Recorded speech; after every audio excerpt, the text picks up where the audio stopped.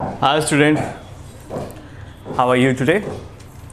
In the last lecture we discussed about the process of photosynthesis. हमने last class में photosynthesis के बारे में थोड़ी बहुत स्टडी करी, उसकी प्रॉपर्टी के बारे में समझा. Now today we are going to discuss about the significance of photosynthesis. Photosynthesis के क्या फ़ायदे हैं और इसका इस अर्थ पर और हमारे लिए क्या इम्पोर्टेंस है. That is important point, the significance of photosynthesis. Heading डाल दीजिए, significance.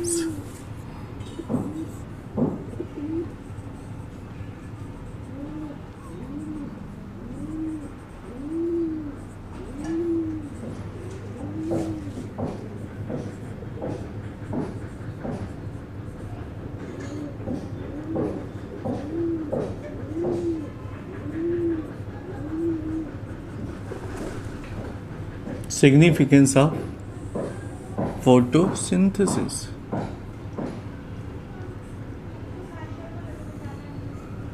Okay, so the first significance is that the photosynthesis is a vital process for life on planet Earth, as it is the only process that links the physical and biological world by conservation of solar energy into the organic material या organic matter, which make bulk of the dry matter of any organism.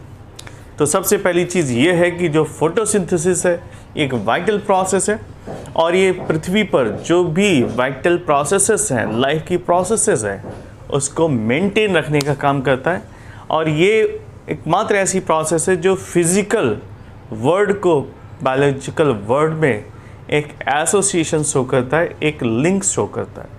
Right, तो solar energy का क्या है, एक conservation है, जो कि एक रेडिएशन के फॉर्म से, फिजिकल फॉर्म से ये बायोलॉजिकल फॉर्म में कन्वर्ट होता है, और ये ऑर्गेनिज्म के ड्राई मैटर में यानी उसकी ग्रोथ और डेवलपमेंट में पार्टिसिपेट होता है, कंज्यूम होता है. Next, the presence of oxygen in the atmosphere is also an outcome of photosynthesis. Environment में जो भी ऑक्सीजन निकलती है वो फोटोसिंथेसिस का ही बाई प्रोडक्ट है, and this oxygen is helpful to the living organism. तो first point is that photosynthetic process is a vital process. लिख लीजिए, it is vital process by which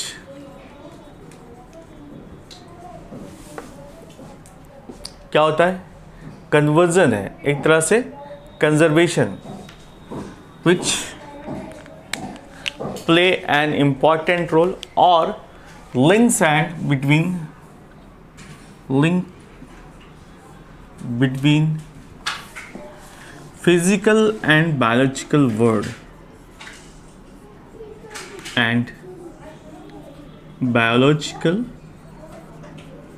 world, because it is a conversion या conservation process. Next, evolution of oxygen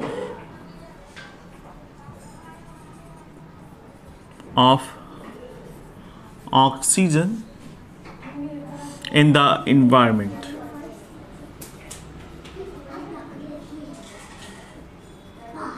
That is another important process of photosynthesis, and in this way it helps to the living organism in two way. कौन कौन से वे?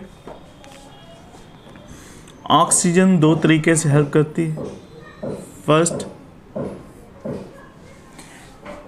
ये aerobic जो respiration होता है उसके लिए ऑक्सीजन प्रोवाइडर है, and it is a oxidative breakdown of organic food material, जिसको हम रिस्पायरेशन कहते हैं.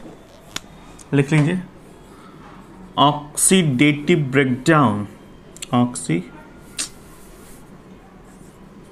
ऑक्सीडेटिव breakdown, oxidative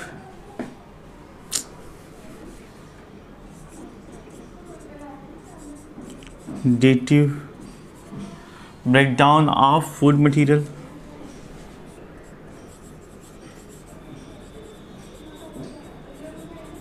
ओके, जिसको हम कॉमनली रेस्पायरेशन के नाम से जानते हैं, okay, respiration process. Next process is known as making of ozone. Making of ozone layer. याद रखिए, जब तक कि ये ऑक्सीजन का एवोल्यूशन नहीं हुआ था तब तक ओजोन की लेयर का भी फॉर्मेशन नहीं हुआ था. So making ozone in outer layer of atmosphere which help to stopping the highly destructive ultraviolet radiation. Ultraviolet radiation को रोकने का काम, क्योंकि ये काफ़ी हार्मफुल रेडिएशन है, इससे प्लांट के साथ साथ ऑर्गेनिज्म की भी लाइफ ख़तरे में पड़ सकती है. तो अल्ट्रावायलेट रेडिएशन को फिल्टर करना, उसकी इंटेंसिटी को कम करना और उसको रोकने का जो काम है वो ओजोन लेयर करती है. और ओजोन लेयर ऑक्सीजन से बनती है. That is why it is another important role of photosynthesis to preserve, to save the living world. Okay, now what is the role of photosynthetic requirement? क्या चाहिए होता है, क्या important factors हैं जो photosynthetic process को fulfill करते हैं, one by one study करते हैं. हेडिंग डाल दीजिए photosynthetic requirements.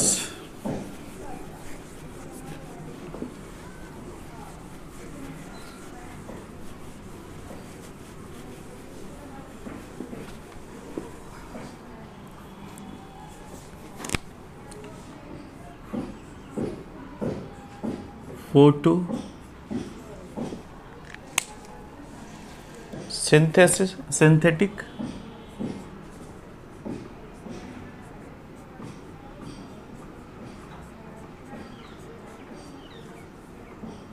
requirement.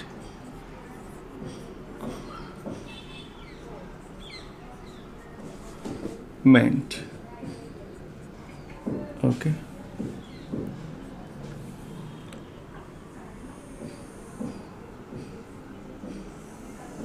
फोटोसिंथेसिस पे में कौन कौन सी चीज़ों का रिक्वायरमेंट होता है.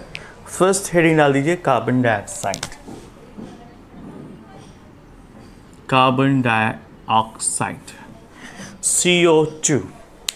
It comes from atmosphere and 0.03%, जिसको हम 300 या 350 ppm कह सकते हैं, इतना ही कंसंट्रेशन काफ़ी होता है फोटोसिंथेसिस के लिए. यानी बहुत ही लेस अमाउंट में अगर कार्बन डाइऑक्साइड होती है तो भी फोटोसिंथेसिस प्रोसेस को परफॉर्म किया जा सकता है. Second, the gaseous exchange in plant which is mainly occurs through the stomata. So also by the general body surface and lenticels. जो एक्सचेंज ऑफ गैसेस की प्रोसेस होती है वो स्टोमेटा के थ्रू होती है, मेनली होती है 98 to 99%, एंड सम अमाउंट में जनरल बॉडी सरफेस और बहुत ही कम अमाउंट में लेंटिसल के थ्रू होती है. तो लिख लीजिए फर्स्ट पॉइंट कार्बन डाइऑक्साइड में it requires, it comes from, first point, it comes from environment.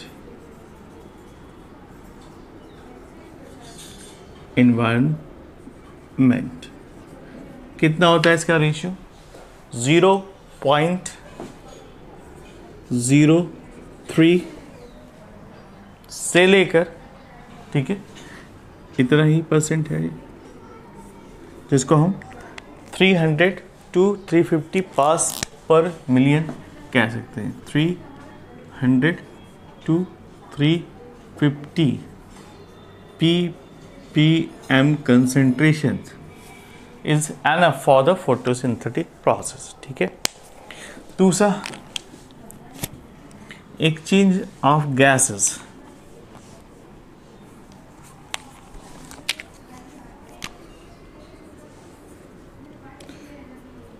exchange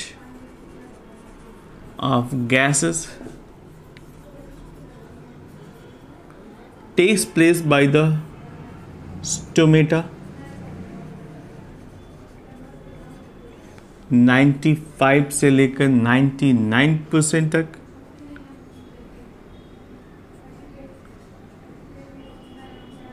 depend करता है जनरल बॉडी सरफेस,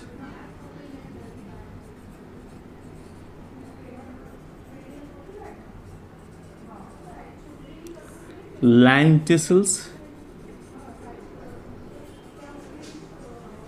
एटसेट्रा। ठीक है, यहां से होता है gases exchange. Now it is assimilation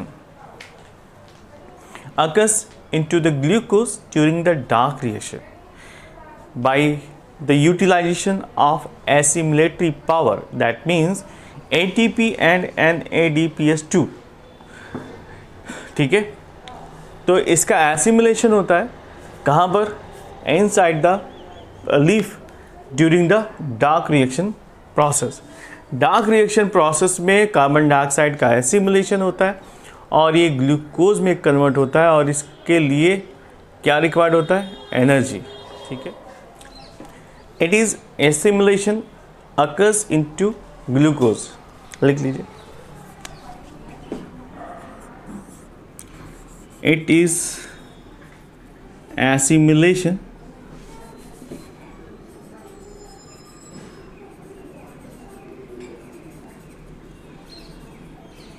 into glucose, glucose में कन्वर्ट हो जाते हैं during dark reaction, during dark reaction. Okay, next point, by the utilising of assimilatory power. कौन कौन से? by the utilizing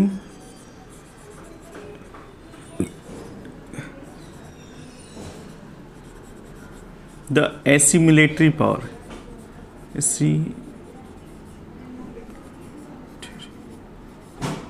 power, that is ATP and NADPH2, that is ATP adenosine triphosphate and NADPH2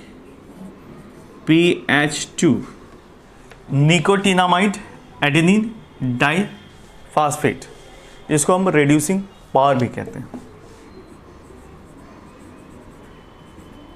reducing power,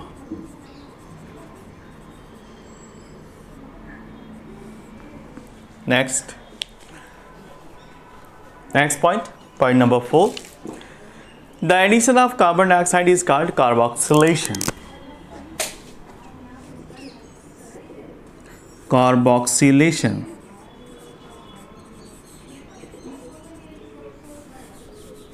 इसमें लिख लीजिए, the addition of carbon dioxide is known as carboxylation.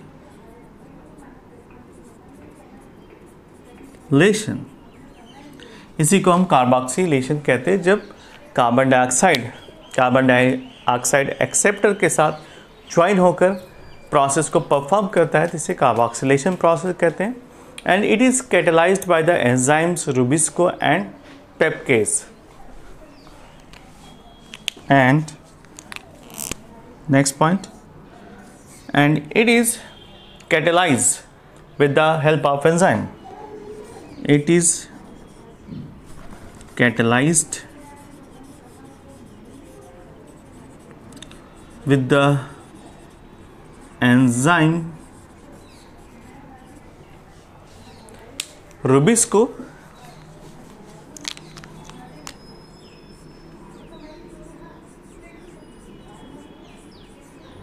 and phosphoenol pyruvate is.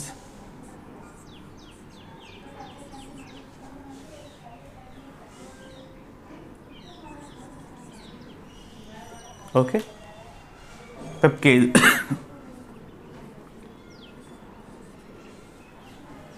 So these are enzymes which are used or utilized in the process of catalysis. Next, the present level of atmospheric carbon dioxide is limiting factor for C3 and CAM plant. ठीक है, आज के time पर जो present atmospheric condition है उसमें जो carbon dioxide का कंसंट्रेशन है वो लिमिटिंग फैक्टर हो सकता है C3 और CAM प्लांट के लिए. देख लीजिए. Sixth point, the concentration level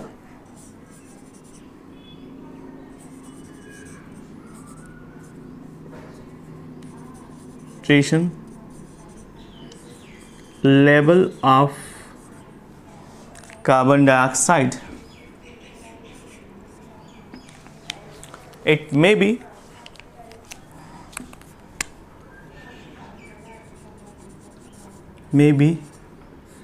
limiting factor for C3 plant and CAM plant. C3 plant, CAM plant, but not for C4 plant. काफ़ी इंपॉर्टेंट इंफॉर्मेशन है. I will tell you later what is C3 plant, CAM plant and C4 plant. अभी आपको बस इतना समझना है कि जो कंसंट्रेशन लेवल है कार्बन डाइऑक्साइड का प्रेजेंट एटमॉस्फेरिक कंडीशन में, ये C3 के लिए लिमिटिंग फैक्टर्स हो सकता है, CAM के लिए हो सकता है, लेकिन C4 के लिए नहीं. क्यों? क्योंकि जो एटमॉस्फेरिक कंसंट्रेशन है कार्बन डाइऑक्साइड का, इससे बहुत कम लेवल पर भी अगर कार्बन डाइऑक्साइड अवेलेबल हो तो C4 के लिए वो एनफ है, पर्याप्त है. They work at a minimum level of carbon dioxide. That is Y. Next factor आता है वाटर. वाटर की प्रॉपर्टी के बारे में समझ लेते हैं कि वाटर कहाँ से आता है और उसका क्या रोल है फोटोसिंथेटिक प्रोसेस में. तो हेडिंग डाल दीजिए water.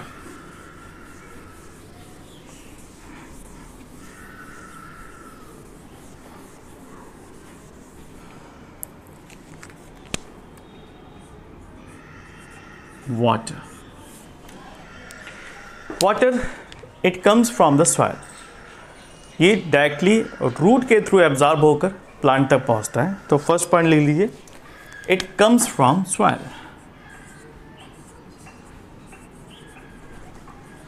From soil, first point. Second, it is absorbed by the root or root hairs and transported by water conducting tissue which is known as xylem, जिसको हम xylem कहते हैं.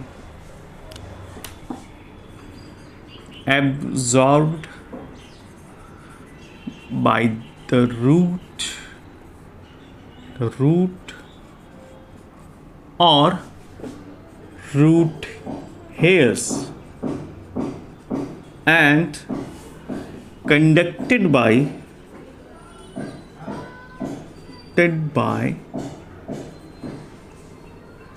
xylem.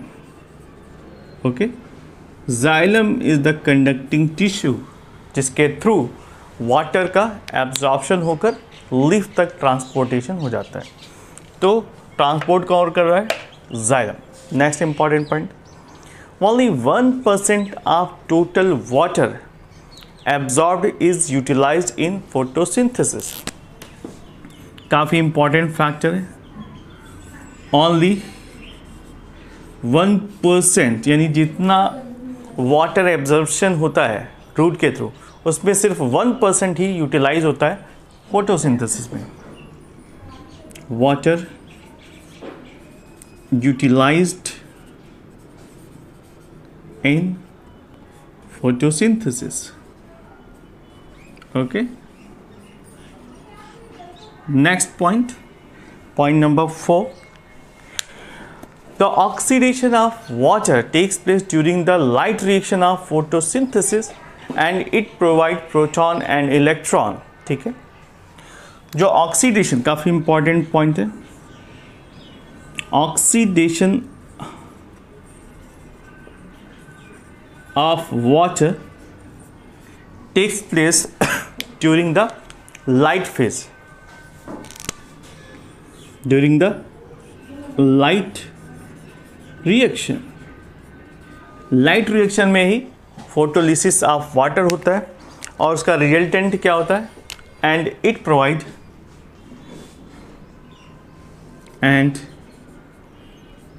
Provide proton and electron. ठीक है, ऐसे energy resource मिलते हैं, proton and neutron मिलता है.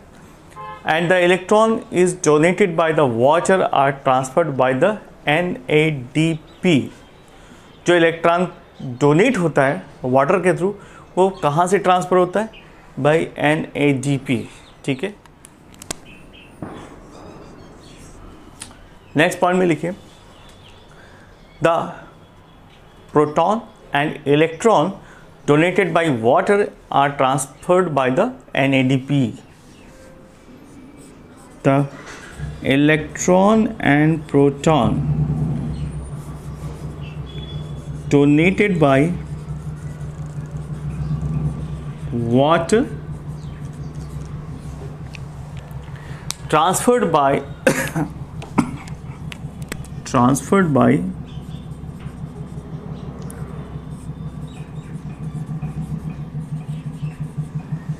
NADP, nicotinamide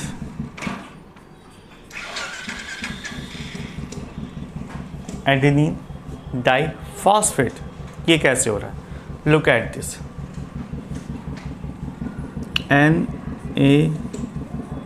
NADP plus hydrogen ion plus electron. Now it converted into the NADPH2. NADPH2. Okay. So the electron and proton donated by the water is transferred by the NADP in this way, and this is forward or transferred to carbon dioxide, जो reaction में मैं आपको detail से समझाऊंगा. सो NADPH2 do the reduction of carbon dioxide and it is called reducing power. So लिख लीजिए next point. So NADPH2 do the reduction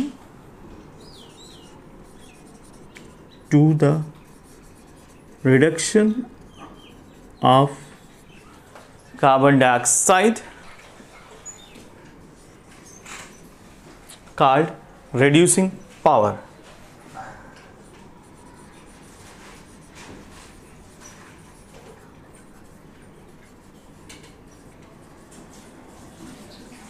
Okay, next point.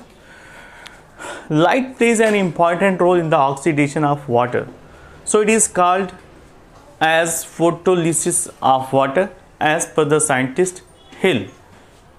यहाँ पर लिखते हैं next point, point number 6.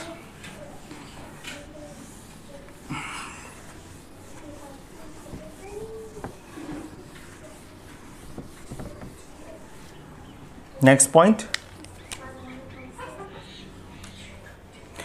the light play an important role in the oxidation of water.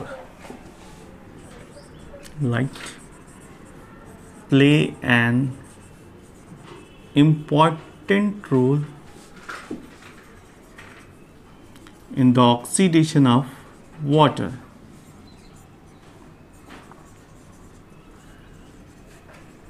जैसा कि मैंने आपको पहले ही बताया कि किस तरह से ऑक्सीडेशन होता है वाटर का। So it is known as photolysis of water, इसी को हम कहते हैं photolysis of water. Point, so oxygen is released from the water was first stated by von Neil and experiment proven by the Rubin, Common and Hassett। ठीक है, उन्होंने O18 जो कि एक तरह से रेडियो एक्टिव ऑक्सीजन था, इसका इस्तेमाल करके इस बात को प्रूव किया। Next point, oxygen is released, oxygen is released from water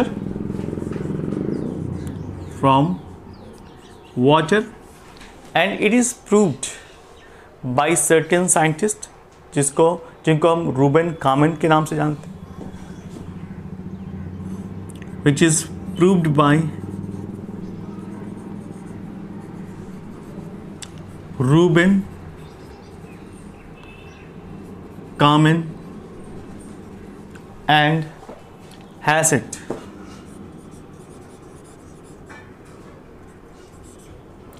by using oxygen 18 which is a radioactive element। तो उन्होंने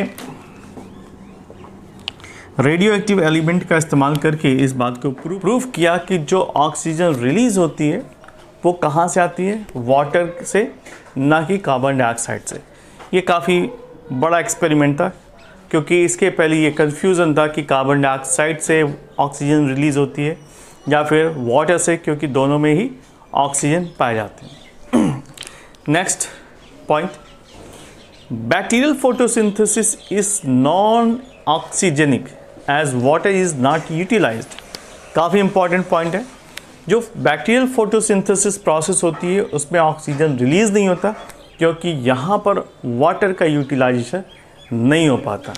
so the source of proton and electron first photosynthetic process by the cyanobacteria.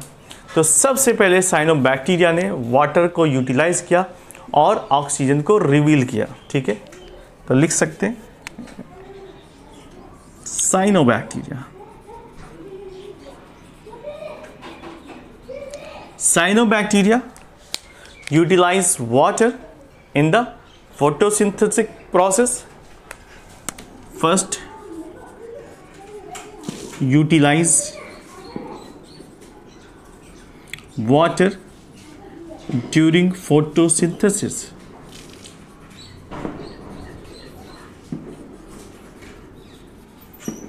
Okay,